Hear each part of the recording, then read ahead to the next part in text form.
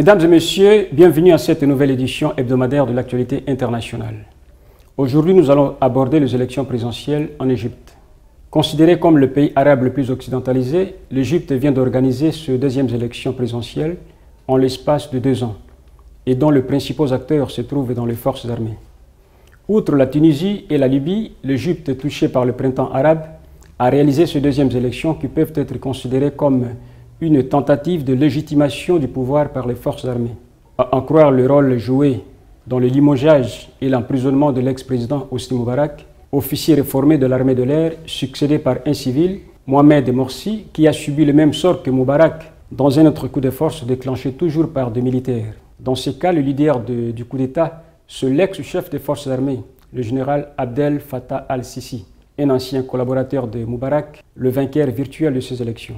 Sisi n'a pas seulement écrasé l'empathie de la population à l'égard du parti de la fraternité musulmane de Mohamed Morsi par la façon dont il s'est emparé du pouvoir, mais aussi par la manière dont il a accentué les doutes de rétablir la démocratie dans le pays. C'est pourquoi c'est un impératif de savoir comment Sisi va affronter la question de milliers de morts et des partisans de la fraternité musulmane, détenus et attendant le jugement. Mohamed Morsi, vainqueur des élections de juin 2012, est toujours emprisonné en compagnie d'autres collaborateurs à la suite de sa condamnation à la peine de mort. Dans un pays économiquement en ruine et historique et culturellement dévasté. Merci de nous avoir suivis et nous vous fixons rendez-vous à la prochaine édition.